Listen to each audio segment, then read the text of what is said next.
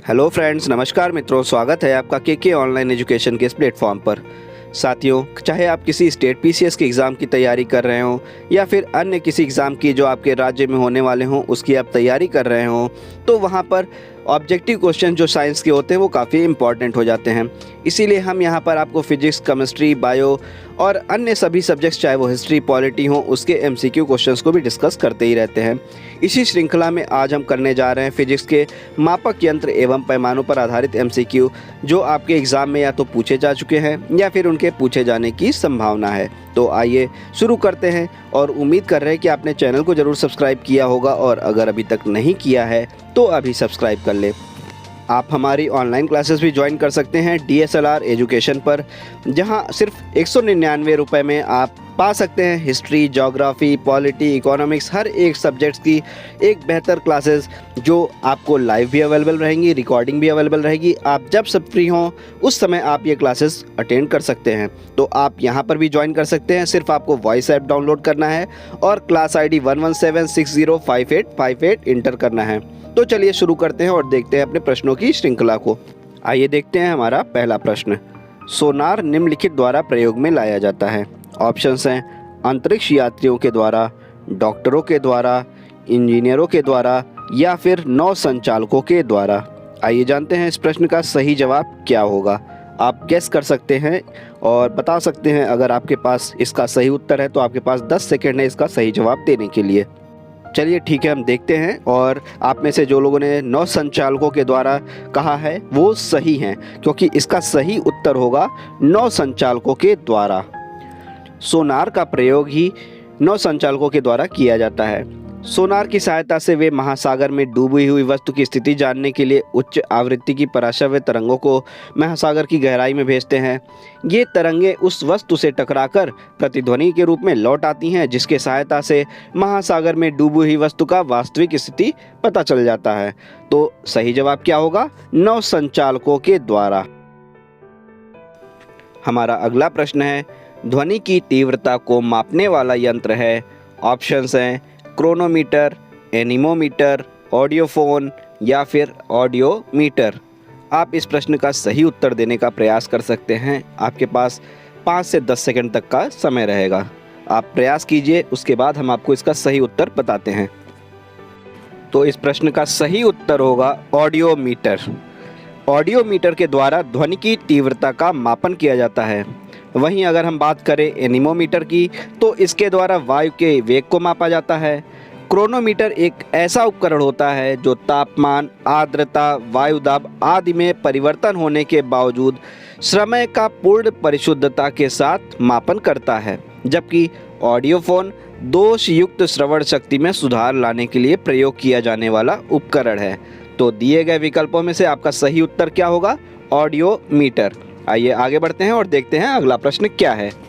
हमारा अगला प्रश्न है, एनीमोमीटर से निम्नलिखित में से किसका मापन किया जाता है? ऑप्शंस हैं पानी के बहाव की गति, पानी की गहराई, पवन वेग या फिर प्रकाश की तीव्रता। इसका सही जवाब दीजिए और इसके लिए आपके पास 5 से 10 सेकंड तक का समय रहेगा। तो इस प्रश्न का सही जवाब होगा पवन वेग। जैसा आपने पिछले प्रश्न में भी हमने देखा कि एनीमोमीटर की सहायता से पवन वेग को मापा जाता है, अर्थात वायु के वेग को मापा जाता है। तो सही जवाब क्या हुआ? पवन वेग। हमारा अगला प्रश्न है, निम्न में से कौन सुमेलित नहीं है? एनीमोमीटर, वायु की चाल, टैक्योमीटर, दाबांतर, अमीटर, विद्युत धारा या फिर पायरोमीटर, उच्च ताप। इनमें से कौन सुमेलित नहीं है?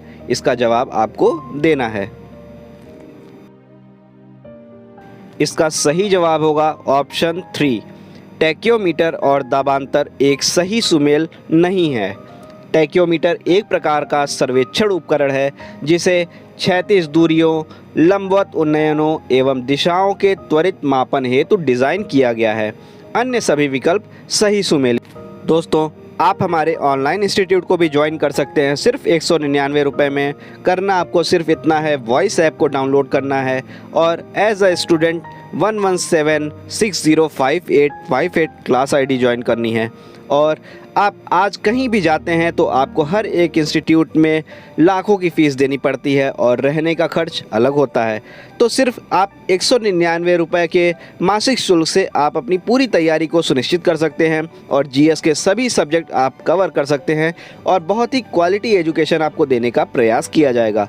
आप 199 रुपये में इसको ज्वाइन करिए और अगर आपको लगता है कि आपको अच्छा ज्ञान नहीं मिल रहा है तो आप अगले महीने से कंटिन्यू नहीं करने का आपके पास ऑप्शन उपलब्ध रहेगा, लेकिन आप एक बार इसको ट्राई ज़रूर करिए और साथ ही साथ हमारे इस चैनल को भी सब्सक्राइब किए रहिए, जहां से आपको उपयोगी MCQ करंट अफेयर्स की बातें मिलती ही रहेंगी।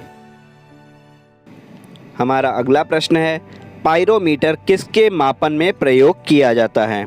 ऑप्शंस हैं वायुमंडलीय दाब के, उच्च ताप के, आर्द्रता के या फिर घनत्व के। इसका सही जवाब देने के लिए फिर से आपके पास 10 सेकंड का समय होगा और सही जवाब आप देने का प्रयास कर सकते हैं। जी हाँ, आपने सही अनुमान लगाया है। इसका सही जवाब होगा उच्च ताप के। पायरोमीटर, जिसे पूर्ण विकिरण उत्तापमापी या टोटल रेडिएशन पायरोमीटर के नाम से जानते हैं, की सहायता से अत्यधिक उच्च तापों की माप की जाती है। यह तापमापी स्टीफन के नियम पर आधारित है। तो यह अपने आप में एक अलग से प्रश्न बन जाता है कि किस नियम पर आधारित है। तो स्टीफन के नियम पर आधारित है, जो E∝T⁴ के नियम से चलता है, अर्थात उच्च ताप पर किसी वस्तु से उत्सर्जित विकिरण की मात्रा इसके परम ताप के चतुर्थ घात के अनुक्रमानुपाती होती है। इसकी सहायता से दूर की वस्तुओं यथा सूर्य आदि के ताप का मापन किया जाता है। इस तापमापी से लगभग 800 डिग्री सेल्सियस से नीचे का ताप नहीं मापते हैं, क्योंकि इससे कम ताप पर वस्तुएं ऊष्मीय विकिरण का उत्सर्जन नहीं करती हैं। हमारा अगला प्रश्न है, पाइर हीलियोमीटर का प्रयोग निम्न में से किसे नापने के लिए किया जाता है? ऑप्शंस हैं सन स्पॉट को, सोलर रेडिएशन को, हवा ताप को या फिर पौधों के ताप को।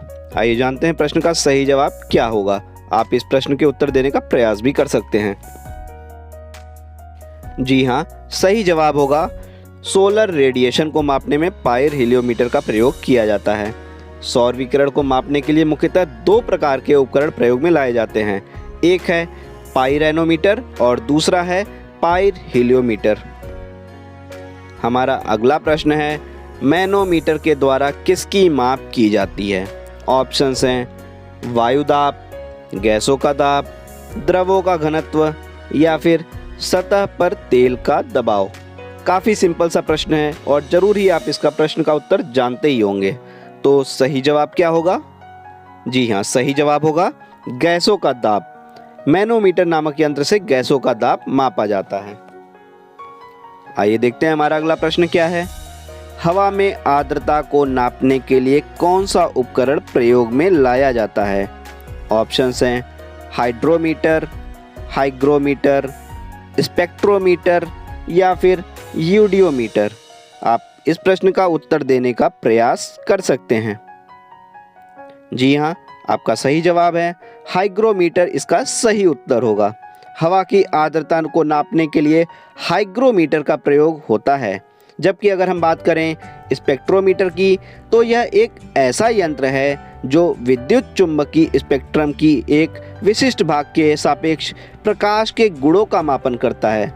और यूडियोमीटर की अगर हम बात करते हैं तो एक प्रयोगशाला उपकरण है जो किसी भौतिक या रासायनिक परिवर्तन के फलस्वरूप किसी गैसीय मिश्रण के आयतन में होने वाले परिवर्तन को मापता है। तो दिए गए प्रश्न का सही जवाब क्या होगा? हवा में आर्द्रता को हाइग्रोमीटर से मापते हैं। दोस्तों, उम्मीद है आपने चैनल को अब तक सब्सक्राइब कर दिया होगा और नहीं किया है तो अभी सब्सक्राइब कर दें और साथ ही हमारे DSLR ऑनलाइन एजुकेशन से भी जुड़ें। आइए देखते हैं हमारा अगला प्रश्न क्या है।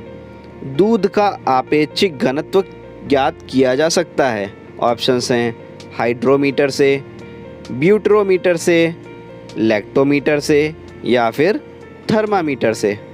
आप इस प्रश्न का सही जवाब देने का प्रयास करिए। जी हाँ, सही जवाब होगा लैक्टोमीटर से। दूध का आपेक्षिक घनत्व या दूध की शुद्धता का मापन लैक्टोमीटर की सहायता से किया जाता है। और वीट्रोमीटर का प्रयोग दूध या दुग्ध उत्पादों में वसा की मात्रा को मापने के लिए किया जाता है। तो इससे आपका एक और प्रश्न भी बन सकता है कि अगर वसा को मापने का यंत्र पूछा जाए तो क्या होगा, वीट्रोमीटर। लेकिन यहाँ पर आपेक्षिक घनत्व पूछा है तो सही जवाब होगा लैक्टोमीटर से। हमारा अगला प्रश्न है, निम्नलिखित युग्मों में से कौन सा एक सही सुमेलित नहीं है। ऑप्शंस हैं ओडोमीटर, वाहनों के पहियों द्वारा तय की गई दूरी मापने का यंत्र, ओडोमीटर, विद्युत चुम्बकीय तरंगों की आवृत्ति मापने का यंत्र, ऑडियोमीटर, ध्वनि तीव्रता मापक युक्ति, एमीटर, विद्युत शक्ति मापक यंत्र। आप इस प्रश्न का सही उत्तर देने का प्रयास कर सकते हैं, आपके पास थोड़ा समय रहेगा। जी हाँ, आप बिल्कुल सही सोच रहे हैं। सही जवाब होगा ऑप्शन 4, एमीटर विद्युत शक्ति मापक यंत्र। एमीटर विद्युत धारा को मापने के लिए प्रयुक्त उपकरण होता है, ना कि विद्युत शक्ति के मापन के लिए। इसलिए ऑप्शन 4 जो एमीटर विद्युत शक्ति मापक यंत्र वो सही सुमेल नहीं है। तो दोस्तों आज के लिए इतना ही। कल फिर हम मिलेंगे इस सीरीज़ के सेकंड पार्ट के लिए, और तब तक के लिए हमारे साथ जुड़े रहिए और चैनल को ज़रूर सब्सक्राइब करिए। साथ ही जीएस के सभी सब्जेक्ट्स के ऑनलाइन प्रिपरेशन के लिए हमारे इंस्टीट्यूट DSLR ऑनलाइन एजुकेशन से ज़रूर जुड़िए। आपको करना सिर्फ इतना है कि वॉइस ऐप को डाउनलोड करना है प्ले स्टोर से, और as a student class ID 11760585 पे इनरोल करना है, और सिर्फ 199 रुपये में GS के सभी विषयों को पूरी तरीके से तैयार करना है। और अब आपको कोचिंग की हैवी फीस को देने की कोई आवश्यकता नहीं है। तो thank you, have a nice day.